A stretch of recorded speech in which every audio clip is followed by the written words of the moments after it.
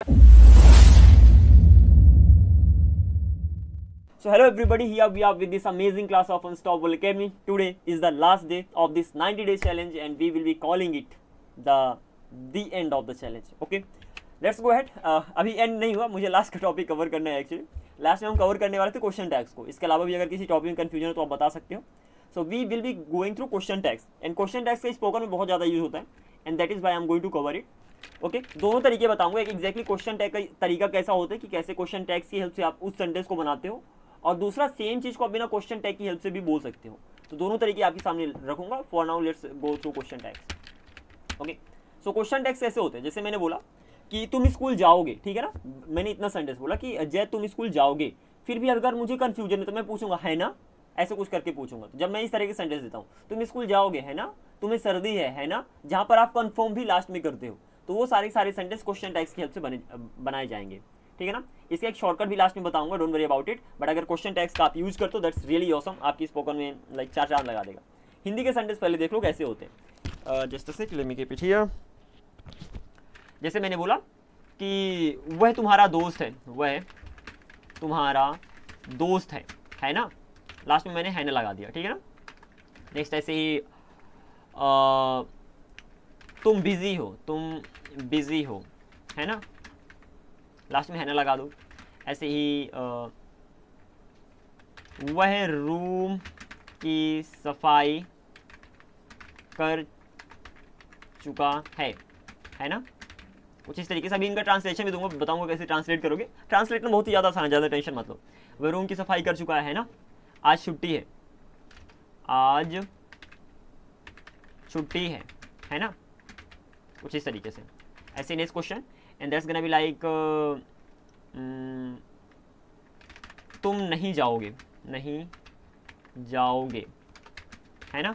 सबके लास्ट में है ना आ रहा, ज़्यादा टेंशन मत लेना, ठीक ना. ऐसे ही राम ने पढ़ाई नहीं की है ना. Okay, this is how you have to go ahead. इसका दोनों तरीके बताऊंगा. एक तो बहुत ही ज़्यादा सिंपल तरीका है, उसमें जाकर कहोगे सर जी ये क्या है, इसमें तो बस एक वर्ड का कमाल है. दूसरा जो स्पेशल तरीका होता है, जो बहुत ही ज़्यादा स्पोकन यूज होता है, उसको भी बताऊंगा. तो अल्टीमेटली दोनों ही they are most commonly being used. Okay, one more example and that's gonna be like वह नाच रहा था है ना. कुछ इस तरीके से. और इसके अलावा यहाँ पर सेंटेंस ही रख देते हैं क्या. चलो इनको पहले हम ट्रांसलेट करते हैं, उसके बाद हम आगे मूव कर रहे होंगे, ठीक है ना. तो let's go through the translation of all these sentences. Just a sec. Okay, here we are. तो पहले का सेंटेंस का ट्रांसलेशन देखते हैं. मैंने बोला तुम्हारा दोस्त, वह तुम्हारा दोस्त है, तो ही इज योर फ्रेंड. आपने सिंपल बना दिया, तो ही इज योर फ्रेंड बन गया. अब है ना के लिए क्या लगाओगे. है ना के लिए सिंपल सी बात है, जो सब्जेक्ट और वर्ब होता है ना, सब्जेक्ट होता है और जो हेल्पिंग वर्ब होती है उसी को लगा दोगे, लेकिन हेल्पिंग वर्ब पहले आ जाएगी. तो आप बोलोगे और उसमें नॉट लगा दोगे, तो इजंट ही. कुछ इस तरीके से. Got it. तो हेल्पिंग वर्ब और जो सब्जेक्ट और हेल्पिंग वर्ब था उसको आगे ले जाओ और वहां पर से हेल्पिंग वर्ब में नॉट लगा दो, तो और उसको शॉर्ट करते, मतलब शॉर्ट होकर यूज होगा. तो इजंट कर दिया, इज से इजंट बन गया, मतलब उसका निगेटिव बन गया, और फिर आपने ही लगा दिया. तो एक स्टैंडर्ड होता है, एक तरीका होता है जिस तरीके से हम बोलते हैं, ठीक है ना. तो जब है ना मैं बोल रहा हूँ, मतलब कंफर्म कर रहा हूँ कि भैया है कि नहीं है, तो इसीलिए वहां पर मैं इजंट लगा रहा हूँ. तो ही इज योर फ्रेंड, वह तुम्हारा दोस्त है ना के लिए यहाँ पर बोल दोगे इजंट ही. कुछ इस तरीके से. आगे बढ़ते हैं. तुम बिजी हो, यू आर बिजी. है ना के लिए क्या करोगे, हेल्पिंग वर्ब सब्जेक्ट को आगे लाओगे और हेल्पिंग वर्ब को बाहर लाकर नॉट लगा दोगे. तो आप बोल दोगे you are busy aren't you. कुछ इस तरीके से सेंटेंस को आप बनाते हो. Is that clear to you. Sentence बन कैसे रहा है. सब्जेक्ट और हेल्पिंग वर्ब के ऊपर डिपेंड करता है कि वहां पर लगेगा क्या. ऐसे ही वह रूम की सफाई कर चुका है ना, तो आप बोलोगे he has cleaned the room. वह रूम की सफाई कर चुका है ना के लिए सब्जेक्ट और हेल्पिंग वर्ब को बाहर लाओ, ही हैज लगा हुआ है, तो यहाँ पर हैजंट ही बोल दो, मतलब हेल्पिंग वर्ब पहले आ जाएगी और कुछ ऐसे बोल दोगे. तो हैजंट ही का मतलब है ना, मतलब कंफर्म कर रहा हूँ कि कर चुका कि नहीं कर चुका, और इसीलिए वहां पर मैं हैजंट लगा रहा हूँ. सिंपल है, बहुत ही ज्यादा आसान है. एंड आज छुट्टी है, तो आप बोलोगे इट्स हॉलीडे टुडे. आज छुट्टी है ना के लिए क्या करोगे, हेल्पिंग वर्ब और सब्जेक्ट को बाहर लाओगे, तो आप इज बाहर आ जाएगा, तो इजंट इट. ठीक है ना. सब्जेक्ट है इट और बाकी इज में आपने नॉट लगा दिया, लगाकर बाहर कर दिया. तो सेम स्टैंडर्ड फॉलो हो रहा है. क्या कर रहे हो आगे चल के, हेल्पिंग वर्ब को शुरू में लगा रहे हो, फिर नॉट लगा रहे हो, फिर सब्जेक्ट लगा रहे हो. हेल्पिंग वर्ब लगाया, नॉट लगाया, फिर सब्जेक्ट लगाया, और हेल्पिंग वर्ब और नॉट को दोनों को जोड़ दिया. इसमें भी हेल्पिंग वर्ब लगाया, नॉट लगाया, फिर सब्जेक्ट लगाया. इसमें भी हेल्पिंग वर्ब नॉट लगाया और फिर सब्जेक्ट लगाया. ठीक है ना। ऐसे ही आगे बढ़ते हैं, तुम नहीं जाओगे तो you will not go, you will अच्छा तुम नहीं जाओगे, यहाँ पर तुम जाओगे लगा लेते हैं, नहीं का बाद में हम बनाएंगे। तो तुम जाओगे, कुछ ऐसे आप सेंटेंस बनाओगे, तो तुम जाओगे तो आप बोल दोगे यू विल गो। है ना के लिए क्या करोगे, हेल्पिंग वर्ड लगाओगे, हेल्पिंग वर्ड नॉट लगाओगे तो बन जाएगा वोंट यू। कुछ इस तरीके से आप सेंटेंस को ट्रांसलेट कर दोगे। तो you will go, won't you, तो यू विल गो मतलब तुम जाओगे, वोंट यू का मतलब है ना। आगे बढ़ते, ऐसे ही मैंने बोला राम ने पढ़ाई की है, ठीक है ना, यहाँ पर की लगा दो, राम ने पढ़ाई की, इसको क्या बोलोगे, राम स्टडीड, राम स्टडीड। कुछ इस तरीके से आपने बोल दिया राम ने पढ़ाई की, राम स्टडीड। है ना के लिए क्या बोलोगे, हेल्पिंग वर्ड लगाओगे, नॉट लगाओगे, फिर सब्जेक्ट लगाओगे, तो डिडंट ही हो जाएगा। यहाँ पर डिड क्यों लगा, क्योंकि डिड इसी की हेल्पिंग वर्ब होती है, तो डिडंट ही, है ना। कुछ इस तरीके से। ऐसे ही वह नाच रहा था, है ना, तो आप बोलोगे ही वॉज डांसिंग, और फिर है ना के लिए क्या बोल दोगे, वाजंट ही, मतलब क्या हो जाएगा, हेल्पिंग वर्ब आएगी, फिर उसमें नॉट लगा दोगे। ध्यान देना दोनों को कॉन्ट्रैक्शन फॉर्म यूज करना, मतलब दोनों शॉर्ट रहने चाहिए, और ही लगा दोगे। यहाँ पर नॉट का एक्जैक्टली यूज होता क्यों, क्योंकि हम है ना कंफर्म कर रहे हैं कि भैया ये काम है कि ऐसा हुआ कि नहीं हुआ, ही वाज डांसिंग में नाच रहा था, है कि नहीं है ना, कुछ ऐसे करके हम कंफर्म करते हैं, इसलिए इसको हम नॉट में लगाते हैं। This is a simple thing. तो अगर पहला वाला सेंटेंस पॉजिटिव है तो इधर नॉट लगाओगे, और अगर पहला वाला सेंटेंस निगेटिव है तो फिर इधर दोबारा नॉट नहीं लगाओगे। उसके भी एग्जाम्पल देते हैं, बट इस तरीके से आप आगे मूव करते रहोगे। आगे बढ़ते हैं, अब हम निगेटिव सेंटेंस को देखते हैं कि अगर कोई, यहाँ पर देख लो कि पहला सेंटेंस अभी तक पॉजिटिव में आ रहा है, जब पॉजिटिव में आ रहा है तो जब है ना बोलोगे तो अगले वाले सेंटेंस में जो है ना के लिए यूज हो रहा है उसमें नॉट लगाओगे। अब इसके अलावा उन्हीं सेंटेंस को हम रिवाइज करते हैं, सारा का सारा वही कॉपी पेस्ट करते हैं। जस्ट अ सेक, यहाँ पर सारा का सारा सेंटेंस मैंने कॉपी कर दिया। अब मैं क्या करने वाला हूँ कि वह तुम्हारा दोस्त नहीं है, बस यहाँ पर सभी में निगेटिव लगा दूंगा, तो वह तुम्हारा दोस्त नहीं है ना, तो यहाँ पर बोलोगे he is not your friend. अब यहाँ पर इजंट ही नहीं बोलोगे, इज ही, ठीक है ना। तो बस इतना ध्यान रखना है कि अगर पहला सेंटेंस पॉजिटिव में है तो दूसरा सेंटेंस निगेटिव में होगा, अगर पहला ही सेंटेंस निगेटिव में हो गया तो दूसरा सेंटेंस पॉजिटिव में होगा। इसकी यहाँ पर इजी का मतलब सेकंड वाले सेंटेंस का मतलब है नहीं होता है, ठीक है ना। तो नॉट आपको लगाना कंपलसरी है, या तो पहले वाले सेंटेंस में लग जाए या तो दूसरे वाले सेंटेंस में लग जाए। दूसरे वाले सेंटेंस में अगर नॉट लगेगा तो हमेशा कॉन्ट्रैक्शन का यूज होगा, मतलब छोटा होगा। तो दिस इज द वे। अभी इसका शॉर्टकट भी बताऊंगा, लेकिन अगर आप इस तरीके से प्रैक्टिस करके अगर इसका यूज करने लगे तो धीरे धीरे आपके लिए आसान हो जाएगा। ओके, शुरू में मेरे लिए भी डिफिकल्ट था, I just kept practicing and now I can really use it without any even thinking about it. So the thing is that you have to just keep practicing, keep trying to use that, and जब आप practice करते रहोगे तो mind में कब बैठ जाएगा पता भी नहीं चलेगा। आगे बढ़ते, तुम बिजी हो, है ना, तो इसको हम करेंगे तुम बिजी नहीं हो, ठीक है ना। तुम बिजी नहीं हो, है ना, तो यू आर नॉट बिजी। अब इसको भी शॉर्ट कर सकते हो अगर आपकी चॉइस है, अगर आप चाहो तो कॉन्ट्रैक्शन का यूज कर दो, तो यू आर नॉट बिजी। अब आरंट यू नहीं बोलेंगे, हम बोलेंगे आर यू, तो you are not busy, are you, कुछ इस तरीके से। तो पहला सेंटेंस निगेटिव में तो दूसरा सेंटेंस हमने पॉजिटिव बना दिया। वह रूम की सफाई नहीं कर चुका है, यहाँ पर नहीं लगा दो, तो वह रूम की सफाई नहीं कर चुका है ना, तो he has not clean the room. अब यहाँ पर बोल दोगे हैज ही, इस तरीके से, तो he has not clean the room, वह रूम की सफाई नहीं कर चुका है, हैज ही कर चुका है क्या, कुछ इस तरीके से। ओके, तो अगर पहला सेंटेंस पॉजिटिव में तो दूसरा सेंटेंस नेगेटिव में। इसका सिंपल सा है कि एग्जैक्टली ऐसा होता क्या, जैसे मैंने बोला कि ही वाज डांसिंग, वह डांस कर रहा था, वाजंट ही, है ना, मतलब क्या वह डांस कर रहा था कि नहीं कर रहा था, तो यहाँ पर निगेटिव सेंस आ रहा है इसलिए हम नॉट लगाते हैं। और अगर पहला सेंटेंस निगेटिव में आ गया, ही हैज क्लीन द रूम, वह रूम साफ कर चुका है, सॉरी वह रूम नहीं साफ कर चुका है, तो हम पूछेंगे क्या कर चुका है क्या, मतलब कुछ इस तरीके से, तो इसलिए यहाँ पर हैज ही लगाते हैं। देखो वैसे पूरा सेंटेंस अगर आपको और ज़्यादा इनके बारे में डेप्थ में नॉलेज लेना है तो यहाँ पर और एक्सप्लेन करता हूँ एग्जैक्टली जो क्वेश्चन टैग्स होते हैं क्या होते हैं। जैसे मैंने बोला he has done the homework, वह होमवर्क कर चुका है ना। अब है ना मतलब कर चुका है कि नहीं कर चुका, तो वहाँ पर बोलोगे hasn't he done, sorry hasn't he done the homework, कुछ इस तरीके से पूरा सेंटेंस होता है, ठीक है ना। तो he has done the homework, वह होमवर्क कर चुका है, हैज़न्ट ही डन द होमवर्क, क्या वह होमवर्क कर चुका है नहीं कर चुका, तो क्या कर रहे हो, पहले सेंटेंस में बोल रहे हो कि वह होमवर्क पूरा कर चुका है, दूसरे वाले सेंटेंस में उसी का क्वेश्चन पूछ रहे हो कि hasn't he done the homework, क्या वह होमवर्क नहीं कर चुका है क्या, तो hasn't he done the homework kind of confirmation के लिए बोलो कि he has done the homework, hasn't he done the homework, तो बता भी रहे हो, मतलब काइंड ऑफ बता रहे हो, वहां पर फिर कंफर्म भी कर रहे हो, तो कंफर्म करने के लिए यस नो वाला क्वेश्चन भी पूछ लिया कि hasn't he done the homework, क्या उसने होमवर्क किया कि नहीं किया। इसीलिए यहाँ पर जो दूसरा वाला सेंटेंस है निगेटिव में होता है। आई होप समझ में आ गया होगा, फिर भी अगर नहीं समझ में आया तो कुछ ऐसा समझा कि दो सेंटेंस रहेंगे, पहला सेंटेंस पॉजिटिव में तो दूसरा सेंटेंस निगेटिव में, पहला सेंटेंस निगेटिव में तो दूसरा सेंटेंस पॉजिटिव में, and that is the pretty simple thing. Okay, ज़्यादा इसमें अभी मत जाओ, सिंपल इनका यूज करो, धीरे धीरे ऑटोमेटिकली माइंड में बैठ जाएगा। आगे बढ़ते, तुम बिजी हो गया, और आज छुट्टी है ना, तो यहाँ पर मैं बोलूँगा आज छुट्टी नहीं है, आज छुट्टी नहीं है ना, तो आप बोलोगे it's not holiday today, is it, दूसरा सेंटेंस पॉजिटिव में बना दोगे तो आप बोलोगे इज इट, मतलब है क्या, कुछ इस तरीके से। तुम नहीं जाओगे, तुम नहीं जाओगे है ना, तो यहाँ पर आप बोलोगे you will not go, you will not go, will you. अगर दूसरा वाला सेंटेंस पॉजिटिव में हो, आई मीन उसमें नॉट नहीं लगाओगे, तो अगर पहले नॉट लग गया तो दूसरे वाले सेंटेंस में लगाओ, तो यू विल नॉट गो, तुम नहीं जाओगे, विल यू, क्या तुम जाओगे, कुछ इस तरीके से। राम ने पढ़ाई की है ना, तो यहाँ पर आप बोल दोगे राम ने पढ़ाई नहीं की, राम ने पढ़ाई नहीं की, तो राम डिडंट स्टडी, आप यहाँ पर आ जाएगा पूरा पूरा, Ram didn't study, did he. अगर पहला वाला सेंटेंस पॉजिटिव में तो दूसरा वाला निगेटिव में, अगर पहला वाला निगेटिव में तो दूसरा वाला पॉजिटिव में। वह नाच रहा था है ना, तो ही वह नाच नहीं रहा था, यहाँ पर इसको लेते हैं, वह नाच नहीं रहा था, तो ही वाजंट डांसिंग आप बोलोगे, ही वाजंट डांसिंग, दूसरा वाला सेंटेंस में सिर्फ वाज ही बोल दोगे। तो एक सेम ही पैटर्न को फॉलो करें, दो ही प्रकार के आपके सेंटेंस होते हैं, एक पॉजिटिव होता है, एक नेगेटिव होता है, और दोनों को मैंने बता दें कि एग्जैक्टली किस तरीके से है ना की मीनिंग निकालोगे। Any confusion? सिंपल सी बात है, पहला सेंटेंस अगर पॉजिटिव है तो दूसरा सेंटेंस निगेटिव बना दो, पहला सेंटेंस अगर निगेटिव है तो दूसरे सेंटेंस को पॉजिटिव बना दो और उसमें हेल्पिंग वर्ब लगा दो और फिर सब्जेक्ट लगा दो। That is very simple thing. तो ठीक है ना, कुछ इस तरीके से आप सेंटेंस को बनाओगे, and this is how you have to just keep going ahead. इसके आप एक शॉर्टकट बताता हूँ, ठीक है ना। पहला तरीका ये हो गया, फर्स्ट ऑफ ऑल इसकी अच्छी प्रैक्टिस करना है। शॉर्टकट मतलब ये नहीं कि आपको उसी का यूज करते रहना है, शॉर्टकट का मतलब होगा कि कहीं कहीं पर उसका यूज कर लो और मोस्ट ऑफ द केसेज में इसका यूज कर लो, क्योंकि सबसे पहले तो इस पर कमांड करो तभी तो शॉर्टकट का यूज कर पाओगे, लाइक उसका तो बिना उसके भी यूज हो जाएगा। But the thing is that you need to have command. Just a sec, there something wrong with it,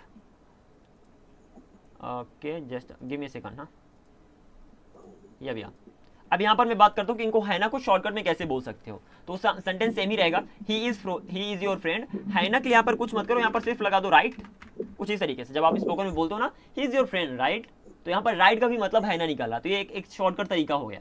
तो जहाँ पर भी इजी लगा रहे हो या इजेंट ही लगा रहे हो, वहाँ पर सिर्फ राइट बोल दो सभी सेंटेंस में, वो भी चल जाएगा। तो ये काइंड ऑफ बहुत ही ज़्यादा आसान हो जाता है, इसलिए मैंने कहा सबसे पहले पीछे की अच्छे से प्रैक्टिस कर लेना, सो दैट उसका भी यूज कर पाओ, और फिर ये भी सेम ही मीनिंग दे देता है। तुम बिजी हो है ना, तो you are busy aren't you, या तो आप ये भी बोल सकते हो राइट। ऐसे ही वह रूम की सफाई कर चुका है ना, तो he has clean the room, hasn't he, ये भी बोल सकते हो, और यहाँ पर राइट भी बोल सकते हो, सब में राइट लगा सकते हो बिना किसी कंफ्यूजन के। You will go right. ऐसे ही Ram study right, he was dancing right, right मतलब है ना, कुछ इस तरीके से। ऐसे ही वह तुम्हारा दोस्त नहीं है ना, he is not your friend, यहाँ पर भी राइट लगा सकते हो, मतलब चाहे पॉजिटिव सेंटेंस हो चाहे नेगेटिव सेंटेंस हो, सब में आप राइट लगाकर उस सेंटेंस को रिप्लेस कर सकते हो, मतलब सेम मीनिंग निकाल सकते हो। तो सबसे आसान तरीका मैंने बता दिया कि सिंपल राइट लगा दो and your problem is solve.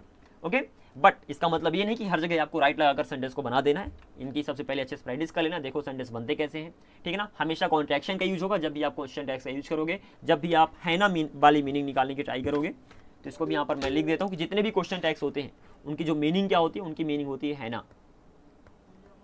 है ना, मतलब जहाँ पर कंफर्म करते हो, तो मेनली कंफर्म करने के लिए क्वेश्चन टैग्स का यूज होता है, तो इसको अच्छे से ध्यान रखना। और इसी के साथ इस पर्टिकुलर टॉपिक का द एंड होता है, इसके अलावा I don't think there is anything else that you need to know. सारे टॉपिक्स ऑलमोस्ट कवर हो चुके हैं सर इंग्लिश में, I don't think anything is remaining that you need to know. The thing is that right now you need to just practice whatever you learned so far, you need to practice that over and over। एक बार अच्छे से practice हो गई तो spoken English sentence की practice करो, PDF में provide करा दूंगा, that's not a big deal. या तो जो मैंने पीडीएफ बनाया उसमें खैर ज़्यादा एग्जांपल्स आपको नहीं मिलेंगे, उसमें तो टॉपिक वाइज आपको एग्जांपल्स मिलेंगे। तो मैं already like spoken English sentences की एक पीडीएफ दे दूंगा, उसके सेंटेंसेज को प्रैक्टिस करो और जितना हो सके ट्राई करो इंग्लिश को बोलने की। एंड द सेकंड थिंग, यहाँ पर जो सबसे बड़ी चीज़ शायद आपको फेस हो आगे चल के, अब सर मेरे वर्ड्स नहीं स्ट्रॉन्ग है, तो वर्ड्स को स्ट्रॉन्ग करने के लिए सिंपल सी बात है सेंटेंसेज की प्रैक्टिस करना, ठीक है ना। डायरेक्टली वर्ड्स को याद मत करना, क्योंकि वर्ड्स को याद करोगे तो वर्ड्स भूल जाएंगे, ठीक है ना। जितना याद करोगे उतना भूल जाएंगे। और फिर भी अगर वर्ड्स की मीनिंग पता है ना, तो वर्ड्स को मीनिंग पता होने के बावजूद भी it's hard to use that in a sentence. Like जब तक उसको एक सेंटेंस में यूज नहीं करोगे ना, तो कॉन्फिडेंस नहीं आएगा कि अच्छा इस वर्ड को मैं यूज कर पाऊंगा कि नहीं कर पाऊंगा। तो वर्ड की नॉलेज होना और उसको यूज करने में बहुत अंतर है। तो क्या करना है, डायरेक्टली सेंटेंसेज की प्रैक्टिस करना है वर्ड को लर्न करने के लिए। इससे क्या होगा, सबसे पहले तो उस पर्टिकुलर सेंटेंस में कमांड होगी, अगर सेंटेंस में कमांड हो गई तो इन फ्यूचर उसी सेंटेंस को बहुत ही आसानी से बोल पाओगे। और जब सेंटेंस की प्रैक्टिस करोगे तो हर एक सेंटेंस में नए नए वर्ड्स आएंगे, जब नए नए वर्ड्स आएंगे तो उससे वर्ड्स की लर्निंग भी आपकी बढ़ती जाएगी, तो वर्ड्स भी लर्न कर लोगे, सेंटेंस में भी कमांड आ जाएगी, और अल्टीमेटली जब आप स्पोकन में बोलोगे तो आपके अंदर फ्लुएंसी भी अच्छी खासी होगी व्हाइल स्पीकिंग दैट सेंटेंस। तो this is how you have to just keep learning the words. तो इस तरीके से अगर डेली सेंटेंसेज की प्रैक्टिस करते रहोगे तो वर्ड्स की लर्निंग आती जाएगी और धीरे धीरे आपके पास अच्छी खासी वर्ड्स की कमांड हो जाएगी, and then you will never feel like अब मेरे पास सेंटेंस वर्ड्स नहीं है। बट हैविंग सेड दैट, एक दिन में कमांड नहीं आएगी, आपको daily consistently you will have to just keep doing it on a daily basis. I hope you got the point. Okay, is that clear? Hello sir ji, सो गए के? कमाल है भाई। ओए आने दे। Yes, sir. मैंने सोचा सो गए दोस्त, क्या कर रहे हो?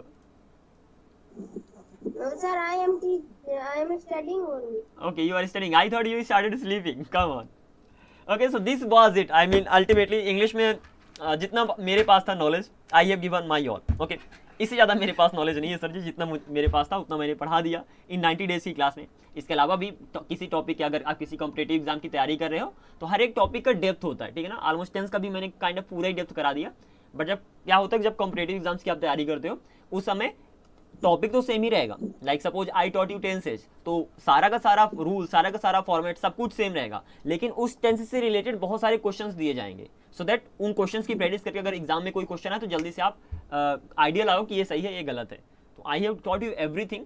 द थिंग इज दैट अब वही चीज़ को आपके टीचर्स भी पढ़ाएंगे, और अगर किसी कॉम्पिटेटिव एग्जाम की तैयारी करें तो उसी चीज़ की हेल्प से और ज़्यादा, बहुत ज़्यादा क्वेश्चंस को सॉल्व करोगे, जिससे आपका जो माइंड है इजिली आंसर्स को गेट करने लगे कि अच्छा ये राइट आंसर है, ये रॉन्ग आंसर है, क्योंकि एग्जाम में ज़्यादा आपके पास समय नहीं होता है, ठीक है ना, कि सोचते रहो कि अच्छा इसका ये रूल होता है, फिर ये रूल होता है तो ये सही होगा एंड ऑल।